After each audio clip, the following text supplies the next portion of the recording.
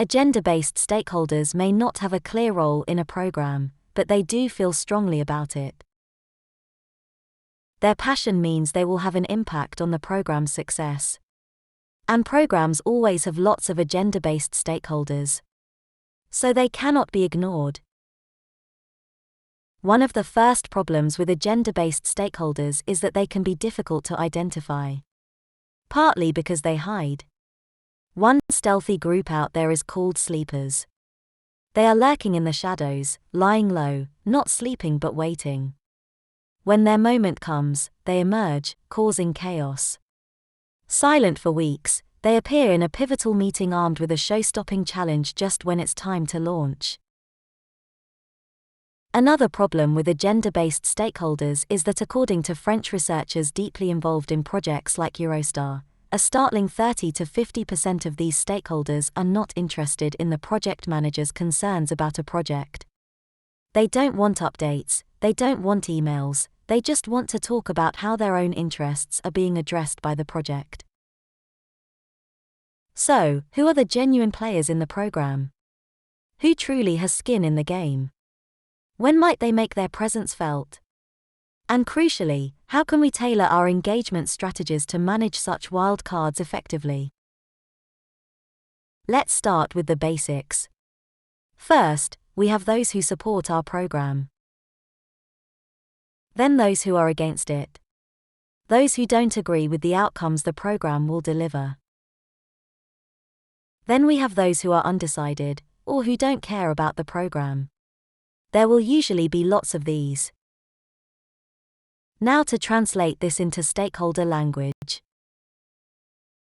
Here is an example, with the stakeholders mapped against these 4 positions. We have done our analysis and assessed their current positions. You can see that opinions about the program are mixed in the HR department, some for, some against. Customer services are generally not very interested, and most of the support is coming from compliance and finance. You can already start to think about how this might affect your engagement. What strategies are best, given current stakeholder positions, and where you want them to be? This analysis is based upon a sociodynamic model of stakeholders defined by those French researchers we mentioned earlier. They suggest the stakeholder landscape is rather like a football field. Some people are on the field, some on the sidelines. Some in the crowd are watching excitedly, while others are asleep. The job of the program manager is to get the right people on the field at the right time, and off it. It's also important to protect the program against uncontrolled pitch invasions. How do we do that?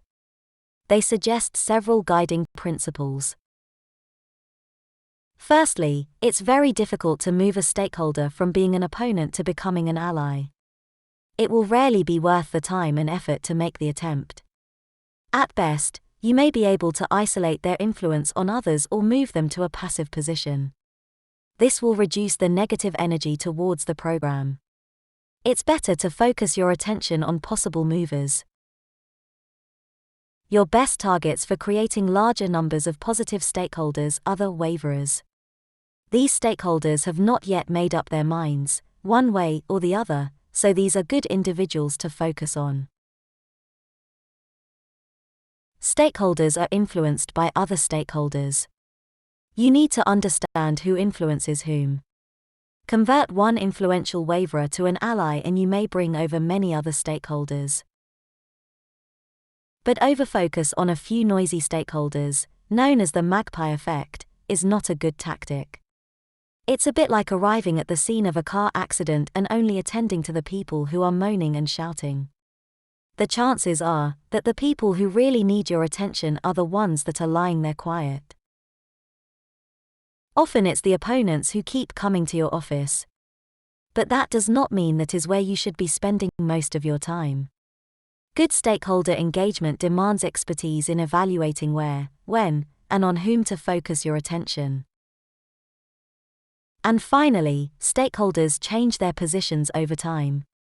This is how the stakeholder map looked at program initiation. But then things happened, the negative HR person left the organization. Positions don't remain static, which makes stakeholder analysis an ongoing process. It's not something you do once, at the beginning. In summary, agenda-based stakeholders are much more difficult to identify. And they change their attitudes. Unlike role-based stakeholders, the challenge is understanding their personal agendas. Because of their passion, it is both easier and harder to engage with them. They care, but only what they care about. So, that means using different analysis and engagement tools from those you will use with role-based stakeholders. You can find some of these in the resource area.